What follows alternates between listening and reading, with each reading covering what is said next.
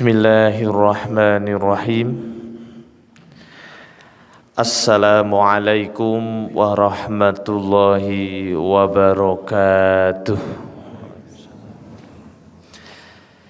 Yang kami hormati pengurus kajian malam Senin serta takmir Masjid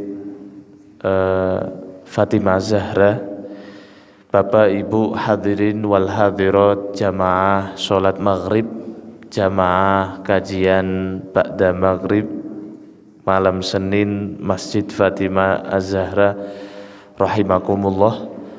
Alhamdulillahilladzi khalaqas samawati wal ard fi sittati ayyam thumma istawa 'alal 'arsy yughshil laila wan nahara yatlubuhu hathitha wasyamsa wal qamara wan nujuma musakhkharatin bi amrih ala lahul khalqu wal amr tabarakallahu rabbul alamin.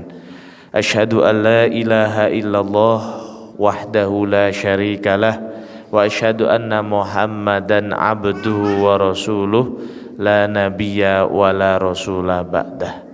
Allahumma salli wa sallim wa barik wa an'im ala habibina wa syafi'ina Muhammadin sallallahu alaihi wasallam wa ala alihi wa ashabihi wa man sanna bi sunnatihi ila yaumiddin, amma ba'du.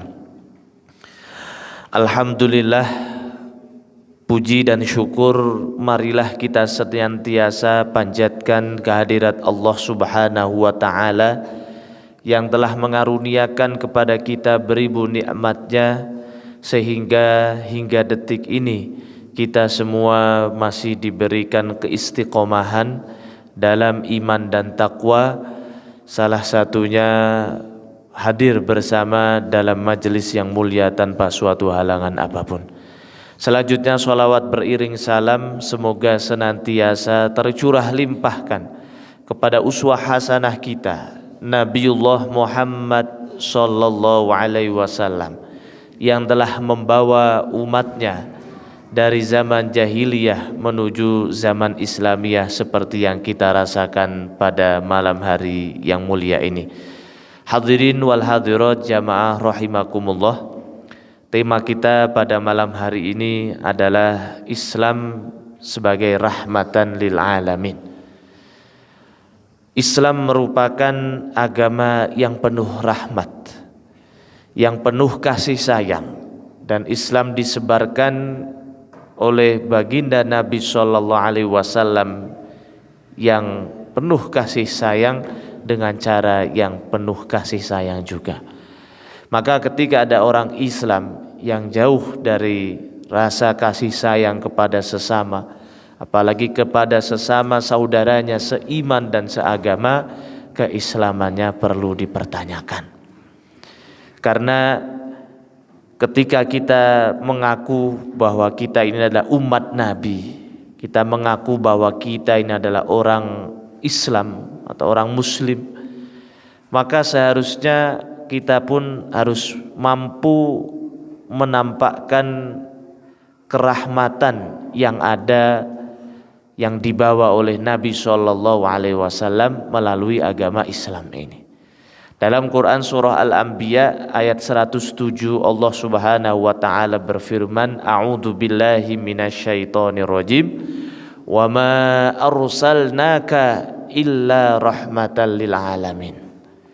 Yang artinya tidaklah kami utus engkau wahai Muhammad kecuali sebagai pemberi rahmat atau penyebar rahmat kasih sayang kepada seluruh alam. Maka kita berkasih sayang bukan hanya kepada sesama manusia saja, bahkan kepada bangsa hewan, bangsa tumbuh-tumbuhan pun kita diperintahkan untuk memperlakukan hal yang sama, karena semua itu adalah makhluk Allah Subhanahu wa ta'ala. Nabi sallallahu alaihi wasallam bersabda, Ayul muslim, ketika ditanya oleh seorang sahabat, ayul muslim khairun, orang muslim yang paling baik itu yang seperti apa? Maka jawaban Nabi Shallallahu Alaihi Wasallam, man salimal muslimuna min lisanihi wa yadihi. Orang muslim yang paling baik, paling utama adalah yang muslim lainnya selamat dari kejahatan, keburukan lisan dan juga tangannya. Sehingga apa? Jauh dari berbuat zalim, jauh dari menyakiti orang lain. Namun justru sebaliknya, yang paling baik adalah yang paling memberi manfaat kepada sesamanya. Khairun nasi anfa'uhum linnas. Maka kecintaan kita kepada sesama manusia, terutama kepada saudara kita seiman dan seagama, bisa dilihat bagaimana sikap kita kepada orang-orang yang mungkin melakukan kemaksiatan atau dosa. Seringkali kita mengucapkan dengan lisan uhibbur rasul, kita mencintai Rasulullah sallallahu alaihi wasallam. Bahkan baju kita tulisannya I love Muhammad sallallahu alaihi wasallam. Namun pernahkah ketika kita melihat saudara kita yang sedang terjerumus ke dalam perbuatan dosa, perbuatan zina, minum minuman yang khamar, meninggalkan sholat dengan mudahnya, muncul di dalam hati kita, muncul rasa prihatin, rasa kasih sayang, sehingga ada upaya bagaimana saudara kita ini bisa kembali ke jalan yang baik, bisa meninggalkan gelapnya kemaksiatan atau dosa ini. Kalau kita justru malah biasa saja atau bahkan malah membicarakan atau menjelek-jelekkan, maka yang ada justru malah akan terjerumus ke dalam kemaksiatan. Hadirin wal hadirat rahimakumullah. Begitu pula ke dalam binatang, kepada bangsa binatang. Nabi SAW bersabda, seorang wanita masuk ke dalam neraka diakibatkan karena seekor kucing miliknya. Padahal kucing itu kucing miliknya, bukan kucing tetangga. Kucing itu juga hidup bersama di rumahnya. Namun perbedaannya, dia mengurung kucingnya di kandangnya tanpa diberi makanan sehingga meninggal. Maka kasih sayangnya kepada seekor kucing pun mampu menjerumuskan dirinya ke dalam siksa api neraka. Sebaliknya, ketika ada seorang Bani Israel ahli maksiat, ahli zina, berlumuran dengan dosa karena setiap hari pekerjaannya sebagai pezina. Namun karena suatu ketika minum di tengah padang pasir, kemudian melihat seekor anjing yang tidak mampu meraih ke sumber mata air tadi, kemudian diambil air tadi dengan sepatunya, diberikan kepada hewan ini, ternyata itu yang mendatangkan cintanya, kasih sayangnya Allah Subhanahu wa taala kepada mereka. Maka yang pertama, kita harus menyadari bahwa Islam ini sebagai rahmatan lil alamin, yaitu dengan keberadaan Islam maka terwujudnya sebuah masyarakat yang damai, masyarakat yang penuh kasih sayang bagi seluruh ciptaan Allah Subhanahu wa taala. Atau bisa kita ambil dua kesimpulan, di mana Islam sebagai rahmatan lil alamin, yang pertama maknanya adalah Islam ini sebagai wujud kasih sayang Allah kepada kita sebagai hamba-hambanya. Ketika Allah menguji kita turun ke muka bumi ini, Allah tidak meninggalkan kita begitu saja.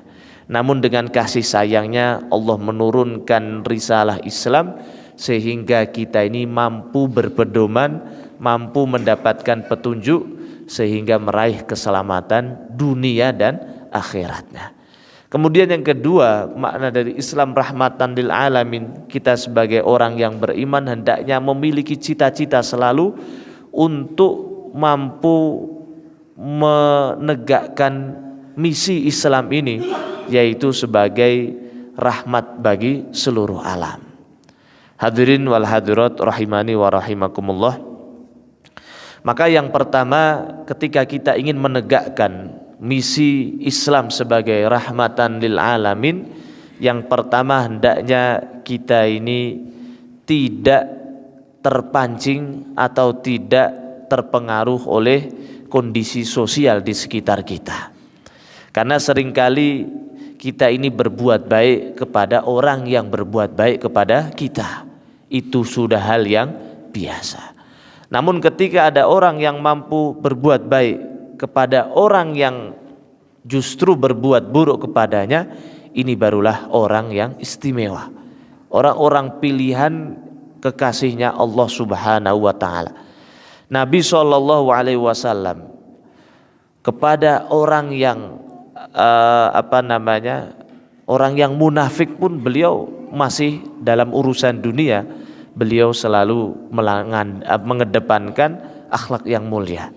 Terlebih kepada orang Yahudi buta, kita lihat bagaimana kisahnya begitu lemah lembutnya menyuapi, mengurusi hidupnya, walaupun orang Yahudi ini kata-katanya selalu mencaci menghina Nabi SAW.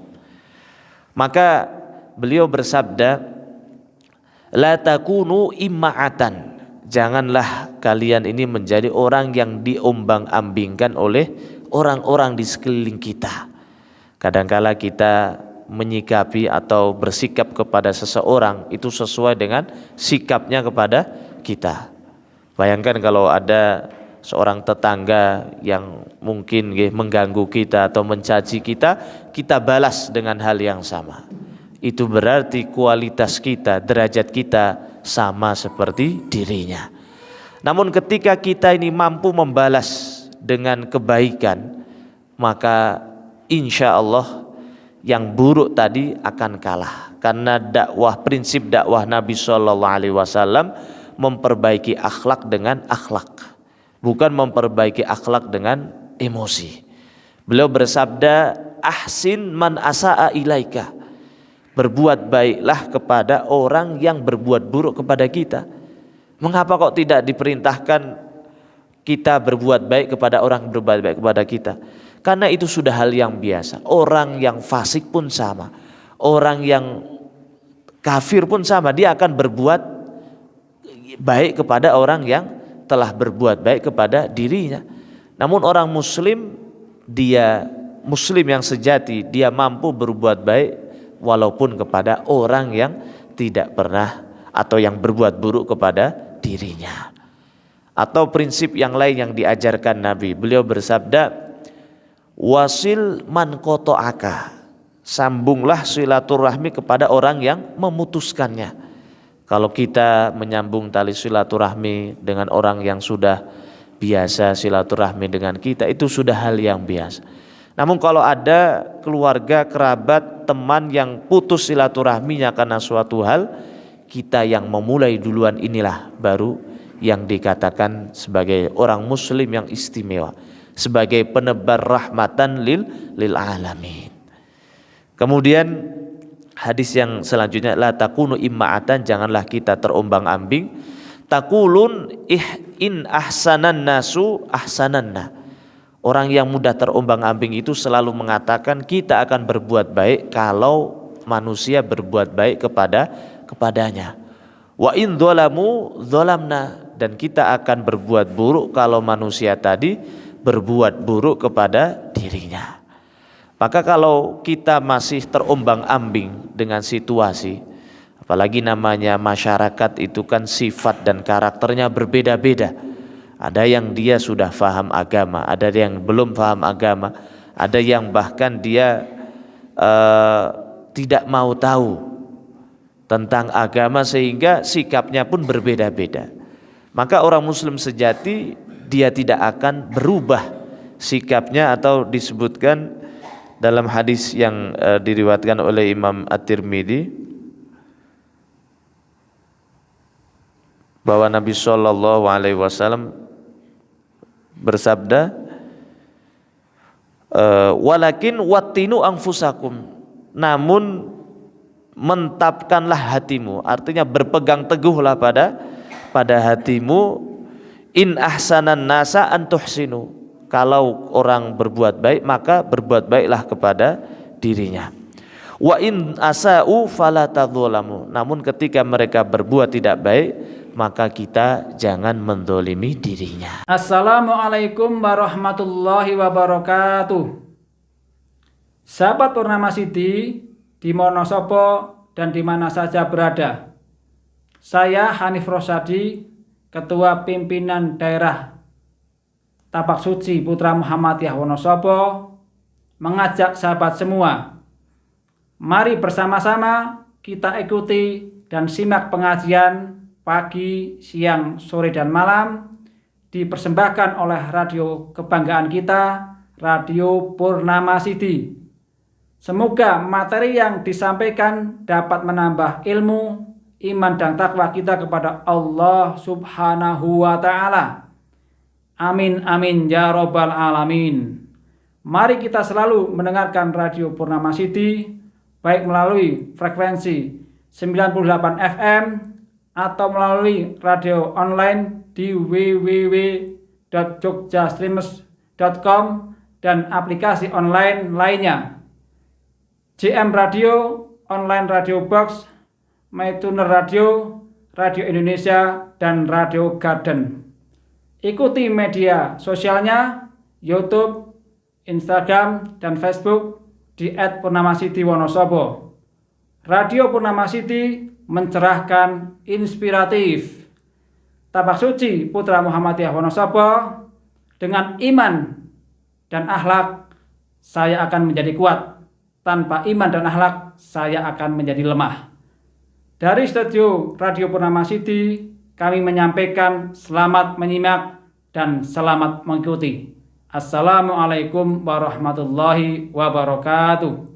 Ketika mengimami di tempatnya, kemudian beliau membaca ketika mengimami sholat, beliau membaca surah Al-Baqarah. Masya Allah, berarti berapa juz ini? Juz 1, juz 2, dan juz 3,5 nih. Maka akhirnya apa? Akhirnya ada seorang sahabat yang keluar dari jamaah ini karena mungkin ada urusan. Ketika selesai sholat, Mu'adz pun mengetahui, kemudian Mu'adz menemui orang tadi dan menasihati, memarahi. Maka orang yang dimarahi ini kemudian mengadu kepada Nabi Shallallahu Alaihi Wasallam. Namun jawaban Nabi Shallallahu Alaihi Wasallam justru malah memberi nasihat kepada Mu'adz bin Jabal dengan menyindir, dengan mengatakan telah ada orang yang menjadikan orang itu lari dari agama ini. Maka yang pertama, kita dalam beragama Islam atau berdakwahkan agama Islam, hendaknya selalu mengedepankan kasih sayang. Insya Allah setiap nasihat, setiap ajakan yang mulai dari hati akan masuk ke dalam hati. Kemudian selanjutnya, hadirin wal hadirat rahimakumullah, Islam adalah agama yang penuh rahmat, dan Nabi Shallallahu Alaihi Wasallam menegaskan di dalam hadisnya ketika beliau berada di tengah-tengah para sahabat, beliau bersabda, ala ukhbirukum bi khairikum wa min syarrikum. Maukah kalian aku beritahu, aku tunjukkan orang yang paling baik di antara kalian, dan yang kedua adalah orang yang paling buruk di antara kalian. Qala fasakatu. Maka kemudian para sahabat diam. Faqala dzalika thalatha marratin. Nabi Shallallahu Alaihi Wasallam mengulang terus, maukah kalian aku beritahukan yang terbaik di antara kalian dan yang terburuk di antara kalian. Maka ketika telah 3 kali diulang, baru sahabat mengatakan, bala ya Rasulullah, tentu ya Rasulullah. Nabi Shallallahu Alaihi Wasallam kemudian bersabda, qala khairukum man yurja khairuhu wa yu'manu syarruhu. Orang yang paling baik di antara kita adalah yang paling diharapkan kebaikan atau manfaatnya.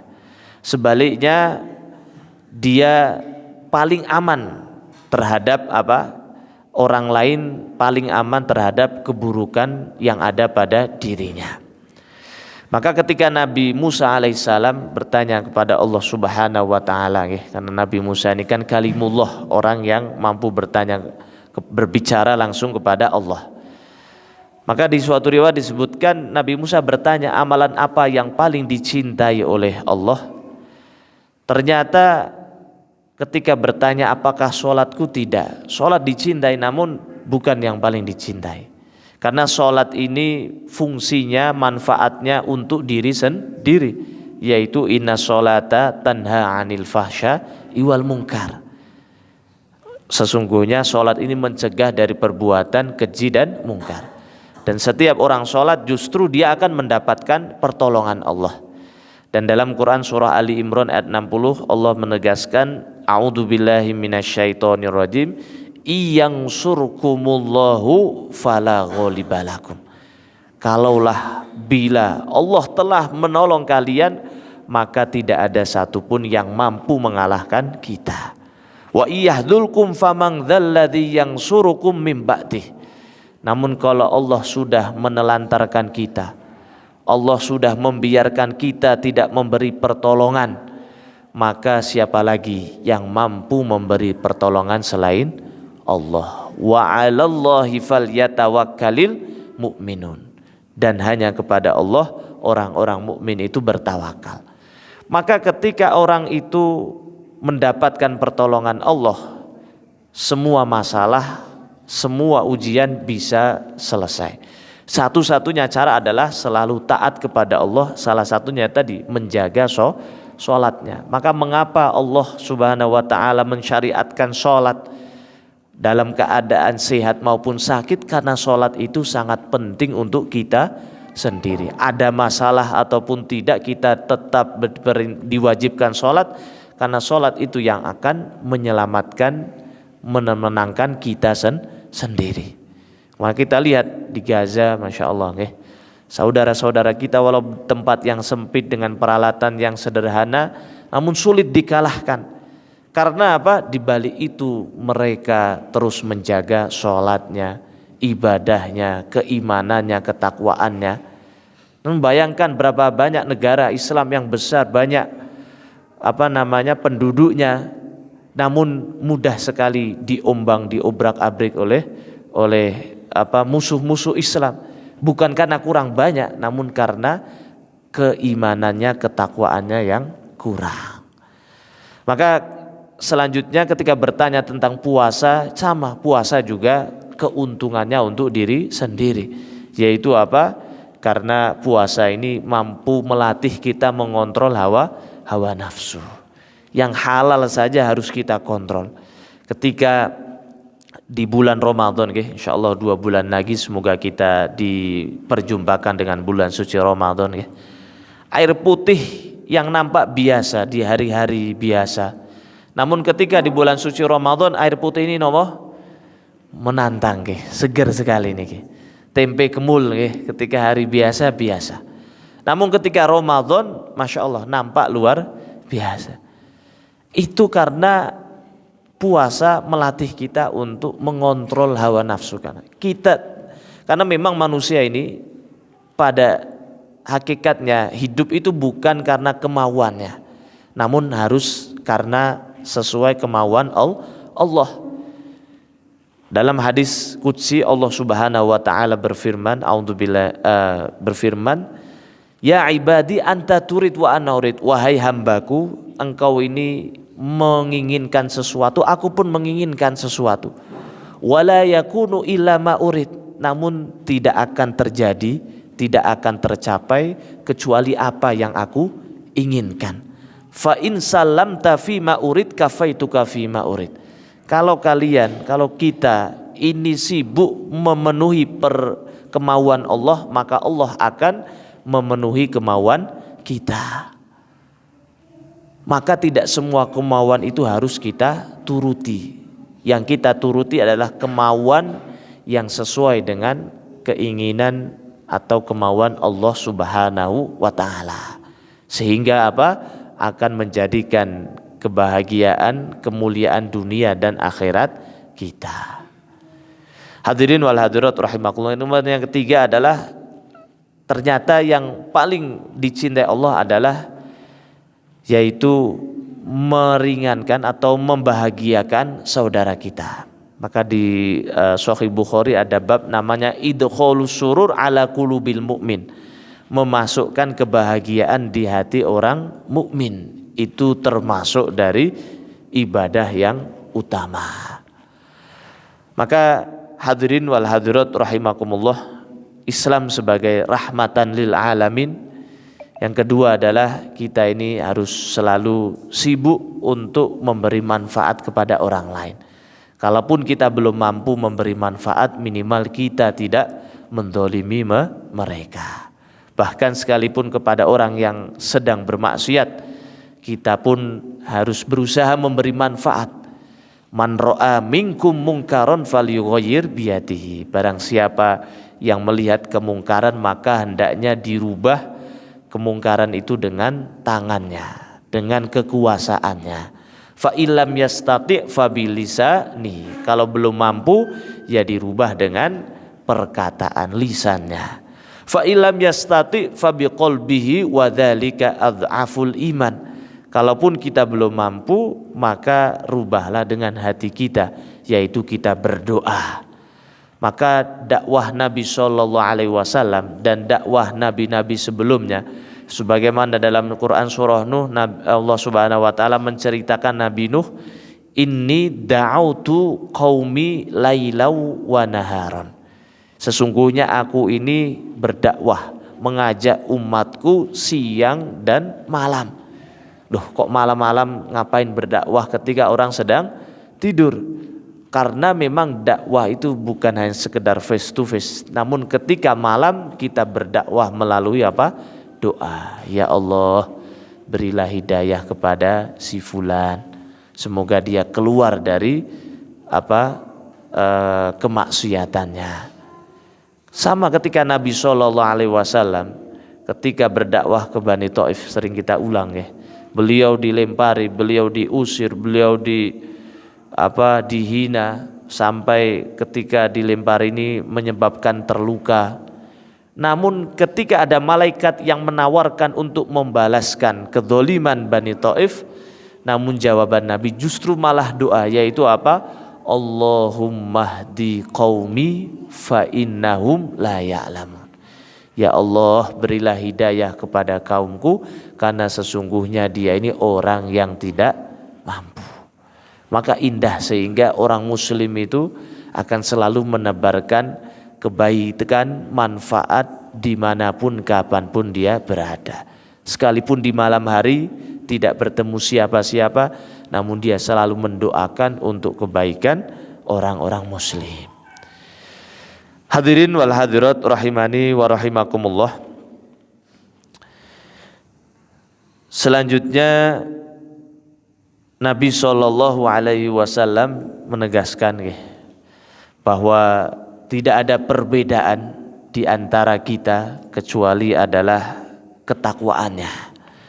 Dalam hadis yang diriwayatkan oleh Imam Ahmad, Nabi SAW bersabda, ya ayyuhan nas, wahai manusia, inna rabbakum wahidun wa aba'ukum wahidun. Sesungguhnya Tuhan kalian itu satu, ayah kalian itu satu, yaitu Nabi Adam alaihi salam. Ala la fadla li'arabin wa ala ajamin. Yang artinya ketahuilah tidak ada kelebihan bagi orang Arab atas orang ajam atau orang non Arab.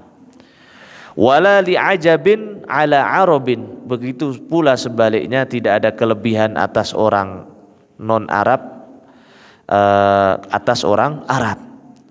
Wala aswad ala akhmar. Dan orang hitam atas orang yang berkulit merah. Wala ahmar ala aswad, atau sebaliknya tidak ada kelebihan orang berkulit merah atau kulit putih atas orang yang berkulit hitam. Illa bittaqwa, kecuali hanya dengan takwa. Dan takwa itu adalah ittaqillaha haitsu ma kunta. Kata Nabi sallallahu alaihi wasallam, takwa itu adalah bertakwa, takut kepada Allah, menjalankan seluruh perintah Allah, menjauhi seluruh larangan Allah dimanapun kita berada. Dan yang kedua apa? Wa atbi'is sayyi'atil hasanata tamhuha, dan ikutilah setiap keburukan itu dengan kebaikan. Maka tidak ada rumus keburukan dibalas dengan keburukan dalam agama kita. Namun keburukan dibalas dengan kebaikan, kecuali dalam dua hal, yaitu dalam peperangan dan juga dalam penegakan hudud atau syariat Islam. Kalau misalnya dalam peperangan, musuh menyerang, kemudian kita malah membalas kebaikan, memberi makanan, ya akhirnya setor nyawa. Kalau dalam peperangan, itu sudah menjadi hal yang lazim untuk membalas serangan tadi kalau dalam peperangan. Namun itu pun tidak boleh atas dasar hawa nafsu. Ali bin Abi Thalib ketika berperang, kemudian ketika sudah mampu menjatuhkan lawannya, tinggal menebaskan pedangnya, namun tiba-tiba orang kafir ini meludahi Ali bin Abi Thalib. Maka Ali pun kemudian marah, terpancing hawa nafsunya. Kemudian Ali justru malah meninggalkan, bukan justru malah uyil-uyil sampai meninggal, justru malah ditinggalkan. Ketika ditanya mengapa, karena aku takut kalau ketika setelah diludahi tadi aku marah, emosi, aku takut nanti ketika membunuh malah justru karena hawa nafsu, bukan karena Allah Subhanahu wa ta'ala. Maka tidak ada kelebihan di antara kita kecuali takwa, dan takwa ini kapanpun dimanapun sampai ajal menjemput kita. Termasuk ketika kita berjumpa dengan orang yang lebih mulia dari kita, atau sebaliknya orang yang mungkin lebih berumuran dosa daripada kita. Imam Al-Ghazali rahimahullah ta'ala dalam kitab Mukasyafatul Qulub, beliau memberi nasihat ketika kita berjumpa dengan ahli maksiat, maka pandanglah dengan pandangan kasih sayang. Mengapa Allah tidak langsung saja berikan kekayaan kepada orang-orang yang beriman, namun justru malah sebaliknya, kadangkala orang beriman diuji dengan harta atau ujian dunia. Karena Allah sesungguhnya memberi kesempatan kepada kita, orang beriman yang lainnya, maukah kita terpanggil hatinya untuk membantu orang yang perlu bantuan tadi. Atau juga Allah mudah bagi Allah Subhanahu wa ta'ala memberi hidayah bagi siapa? Orang-orang ahli maksiat tadi. Atau Allah memberi hidayah kepada orang-orang yang belum beriman. Innama amruhu idza arada syai'an ayyaqula lahu kun fayakun. Tinggal mengatakan kun saja, semuanya beres. Namun ketahuilah Allah tidak menjadikan hal tersebut tiba-tiba seperti itu, karena Allah memberi kesempatan kepada kita. Maukah kita menjadi perantara seseorang untuk mendapatkan hidayah, petunjuk dari Allah Subhanahu wa ta'ala? Tentu hanya orang-orang yang pilihan saja, dan orang-orang pilihan itu selalu sedikit. Para nabi itu pilihan, maka nabi itu hanya sedikit.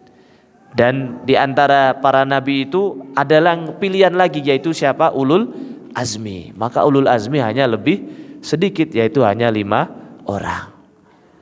Maka pada malam hari ini mari kita perbaiki niat kita lagi, perbaiki cita-cita kita lagi, bahwa kita berislam itu tujuan utamanya, misi utama Islam tadi adalah untuk menebar kasih sayang kepada seluruh alam.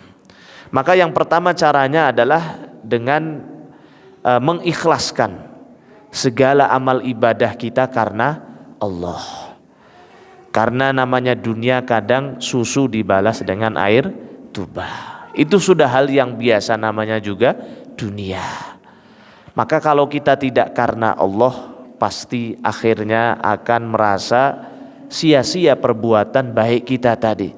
Namun kalau kita berbuat karena Allah, berubah ataupun tidak orang yang kita nasihati tadi, semuanya akan ada nilainya di sisi Allah Subhanahu wa ta'ala. Kewajiban kita sebagai orang yang beriman ketika melihat kemungkaran, kejahatan, kewajiban kita adalah mengingatkan, mendakwahkan kebaikan. Masalah berubah atau tidak, itu sudah urusannya Allah Subhanahu wa ta'ala. Nabi SAW yang paling mulia akhlaknya, yang paling tinggi keimanan dan ketakwaannya saja, beliau belum mampu memberikan hidayah. Namun apa yang memberikan hidayah adalah Allah Subhanahu wa ta'ala. Dalam Al-Quran Allah berfirman, innaka la tahdi man ahbabta walakinnallaha yahdi man yasha. Sesungguhnya engkau Muhammad tidak mampu memberi hidayah walaupun kepada orang yang engkau cintai. Buktinya siapa? Pamannya sendiri tidak beriman. Padahal jasanya kepada dakwah Nabi tidak diragukan.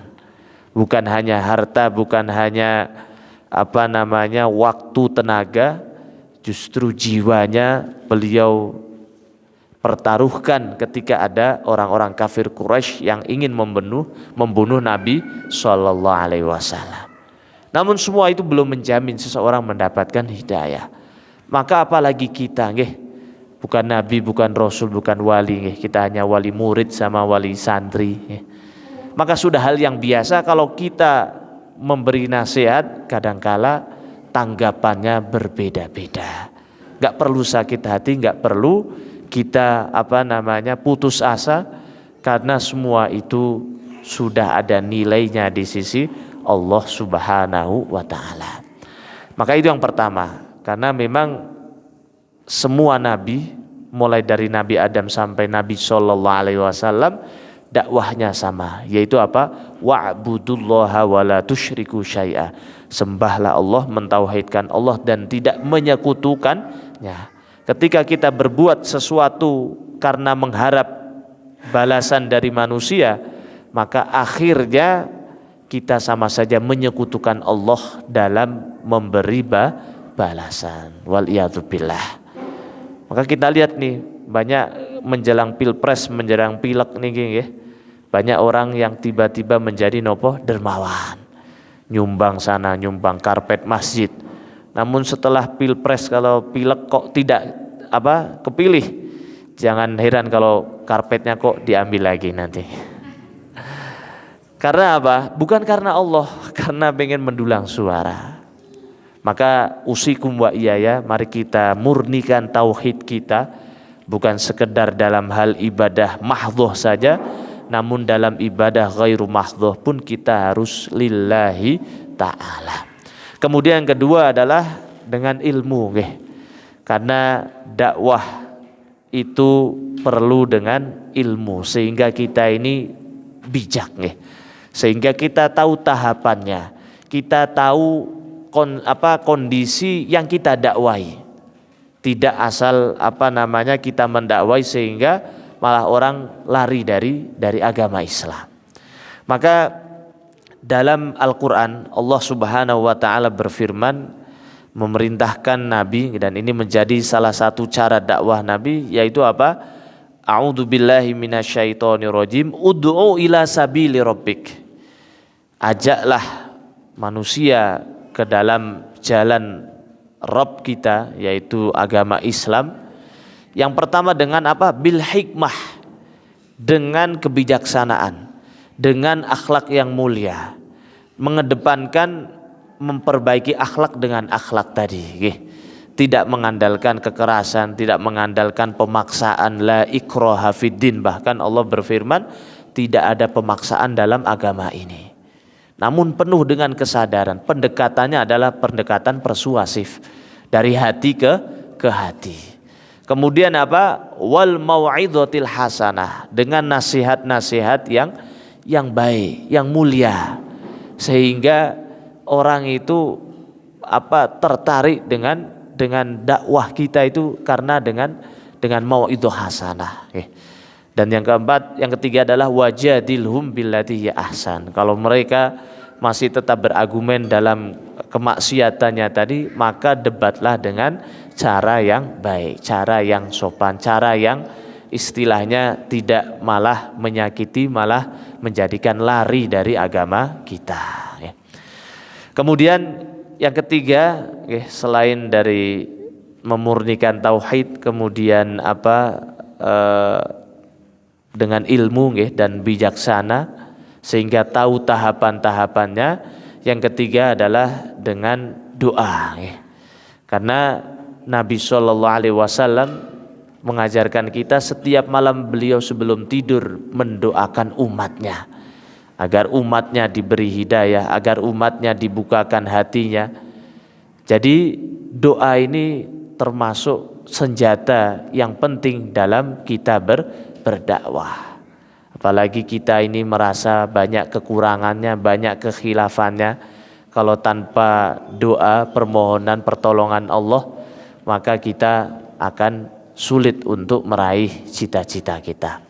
Kemudian terakhir adalah dengan sikap tawasud, yaitu sikap tengah-tengah, sikap yang tidak berlebihan, tidak pula membiarkan. Karena ketika kita berlebih-lebihan, ada orang kita dakwahi sepertinya sudah ngantuk, sudah capek, malah terus kita dakwahi, maka akhirnya malah besok kita datang dikunci rumahnya. Artinya apa? Ya kita melihat sikon. Kalau ketika memungkinkan kita dakwahi, atau ketika dia sudah terlanjur terjerumus ke dalam kemaksiatan, ya harus kita cepat-cepat untuk tarik. Karena kita tidak tahu amalan mana yang mampu menolong kita nanti di hisab di yaumil kiamah. Bisa jadi kita mendakwahkan kepada orang-orang dekat kita, orang-orang di sekitar kita, padahal tidak ada jawaban dari mereka, namun ternyata Allah telah menyediakan balasan yang besar, yang mulia untuk kita. Wa allaisa lil insani illa ma sa'a wa anna sa'yahu saufa yura. Dalam Quran surah An-Najm, tidaklah milik seseorang kecuali apa yang telah dia usahakan. Wa anna sa'yahu saufa yura, dan setiap apa yang diperbuat akan diperlihatkan. Nabi Ibrahim saja, Bapak Ibu sekalian, iri kepada umat Nabi Shallallahu Alaihi Wasallam. Mengapa? Nabi Musa pun sama iri, karena umat Nabi Shallallahu Alaihi Wasallam satu-satunya umat yang boleh mendakwahkan agamanya kepada orang lain, bahkan kepada seluruh alam. Kalau zamannya Nabi Musa, itu yang berdakwah itu hanya para rohib, hanya istilahnya ulama-ulamanya saja. Kalau kita tidak, semua orang mukmin itu memiliki hak dan kewajiban untuk amar ma'ruf nahi mungkar dimanapun dan kapanpun ketika ada kesempatan. Maka mari kita syukuri, yaitu nikmat sebagai umat Nabi Shallallahu Alaihi Wasallam, yaitu dengan sama-sama mewujudkan visi Islam itu sendiri, yaitu sebagai rahmatan lil alamin, rahmat bagi seluruh alam. Mungkin itu yang bisa kami sampaikan. Sudah adzan ya? Belum? Sudah ya. Maka saya cukupkan terlebih dahulu. Namun sebelum kami tutup, ada pertanyaan dari Bapak Ibu sekalian? Tidak ada ya. Alhamdulillah, cerdas-cerdas nih, jadi sudah paham ya. Barakallahu fikum ala husni ihtimamikum. Sebelum kita tutup, maka mari kita membaca doa kifaratul majlis bersama-sama. Bismillahirrahmanirrahim. Subhanakallahumma wa bihamdika asyhadu an la ilaha illa anta astaghfiruka wa atubu ilaih. Amin. Wabillahi taufiq wal hidayah war ridha wal inayah. Wassalamu alaikum warahmatullahi wabarakatuh.